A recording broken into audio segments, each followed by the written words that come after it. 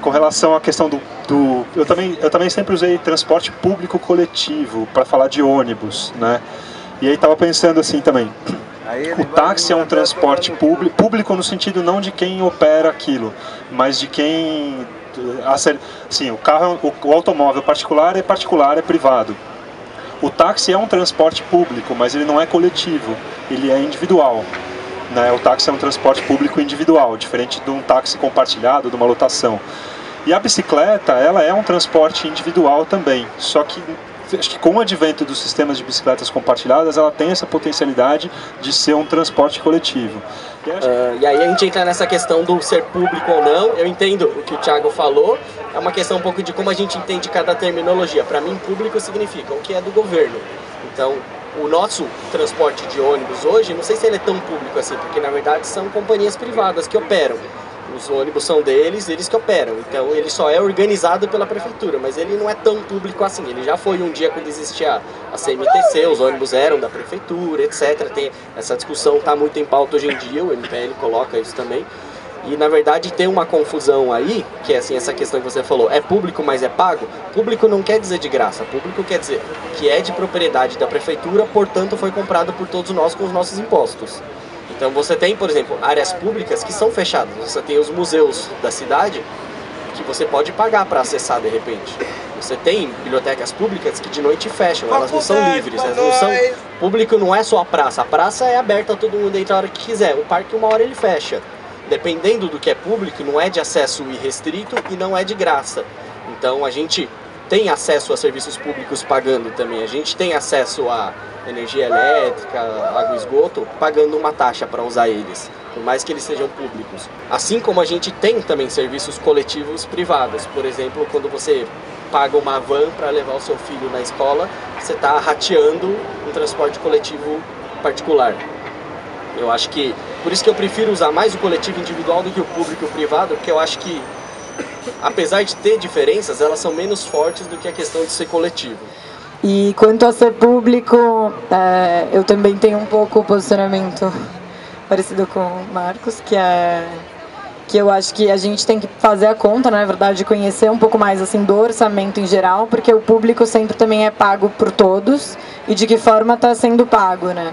De onde vem, de que impostos, como está sendo essa distribuição, porque realmente o nosso transporte é muito caro para muita gente, para outros não, e como então a gente poderia estar adequando isso, né? Pela Lei Nacional da Mobilidade, que eles fizeram tem um dos artigos que poderia subsidiar o transporte de outras modalidades e que até agora não foi usado, e sempre se discutiu muito sobre um imposto em gasolina mesmo, alguma coisa relacionada com carro, até porque muito do que é o custo do transporte do ônibus, né, é parado em congestionamento gerado pelo excesso de carros na via. Então, como a gente conseguir compensar esse custo?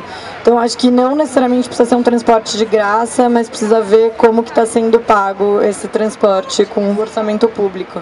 E esse tema ser um pouco mais transparente para todo mundo. É um tema muito difícil para a gente. É muito difícil falar aqui, mas é muito difícil lá pegar a planilha e entender exatamente como eles estão compondo, de onde vem e o que é possível fazer. A gente conhece muito pouco.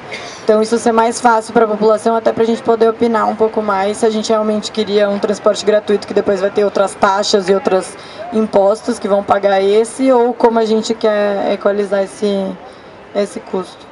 Eu queria só acrescentar que essa questão do preço, né, de quanto custa se locomover, é algo muito mal resolvido nas cidades brasileiras, na região metropolitana de São Paulo. Talvez seja gritante o quão mal resolvido é, porque primeiro que, bom, a gente tem uma tarifa única de ônibus. Quem usa muito do sistema paga menos a mesma coisa do que quem usa pouco.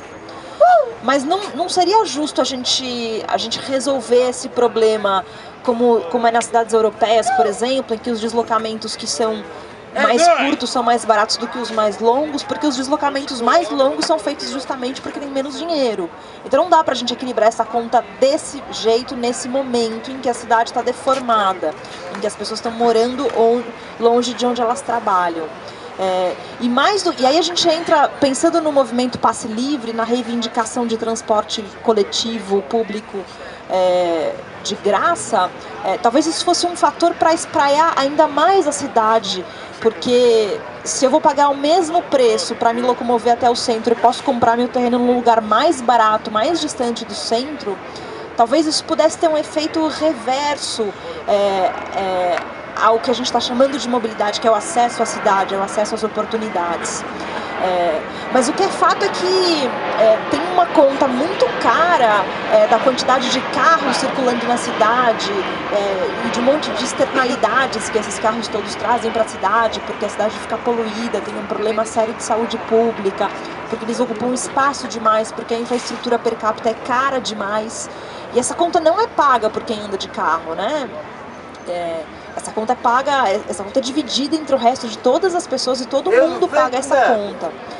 Então, eu acho que esse ponto em que você toca é importantíssimo, que é quanto custa para a gente se locomover. Talvez esse acesso à cidade, ele deva ser medido assim, em quanto custa para você chegar de um ponto A a um ponto B que você precise ir. E essa conta está muito mal resolvida, mas ela é muito complexa. Eu estou falando aqui que o MPL talvez não fosse uma boa solução, mas talvez se a gente medisse as externalidades de transporte público gratuito para a cidade, a gente chegasse numa conta execuível. Eu acho que a gente tem que ganhar complexidade na maneira como a gente mede os custos da mobilidade. E isso se faz medindo mais coisas, comparando outras coisas, incorporando outras métricas ao que a gente chama de mobilidade urbana. Eu acho que isso é um ponto fundamental, a gente mede muito poucas coisas. Com relação a aí, só para terminar a questão do MPL e da tarifa zero, na verdade, acho que a proposta de você ter uma tarifa subsidiada através de impostos progressivos, ela é interessante. A proposta não simplesmente de abolir a tarifa de uma hora para outra e Você tem impostos progressivos. A gente aqui também, de novo, por não ter passado pelas revoluções burguesas, a gente tem uma resistência imensa a imposto progressivo, a grandes fortunas, a riqueza, a taxação disso. Quando você vai olhar para os Estados Unidos, grande país capitalista do mundo, a taxação de grandes fortunas nos Estados Unidos é muito maior do que a taxação de grandes fortunas aqui no Brasil. Então, a proposta de um transporte subsidiado de alguma forma por imposto progressivo, ela é interessante. É óbvio que isso não acontece de uma hora para outra. Um paralelo com relação a isso, de como essa utopia, por exemplo, da tarifa zero, é uma utopia, mas que ela talvez possa guiar alguns movimentos, é o exemplo das bicicletas brancas. As bicicletas brancas que surgiram no movimento contracultural lá em Amsterdã, na Holanda, contestando que tinha um movimento anticapitalista naquela época, na década de 60, e o plano das bicicletas brancas era: nós vamos pintar essas bicicletas, enfim, resumindo em muitas curtas linhas, vamos pintar essas bicicletas de branco e elas vão passar a ser de todo mundo, elas não vão ser de ninguém. Então era uma contestação com relação à propriedade privada. Essa bicicleta ela não é minha, não é sua, não é do Estado, ela não é de ninguém. Isso provocou um choque porque as autoridades não podiam apreender aquela bicicleta, não podia, enfim, de alguma forma, uma pequena ruptura no sistema. Se você pensar a questão da tarifa zero, ela também, utopicamente, né, como direção, ela vai um pouco nesse mesmo sentido das bicicletas brancas. Se você pegar o que aconteceu com as bicicletas brancas hoje, elas são bancadas, não só em São Paulo, mas em todo o mundo, essencialmente por grandes empresas capitalistas ligadas ao setor financeiro e à publicidade. Isso é ruim? Não, não é ruim. As bicicletas públicas são ótimas, elas são uma parte muito importante e ela custa muito dinheiro. Como a gente não passou pelas revoluções burguesas, a gente tem dificuldade, inclusive, de falar sobre o capitalismo. Parece que falou capitalismo, o cara é um comunista, ele é o oposto, porque as pessoas têm uma lógica binária.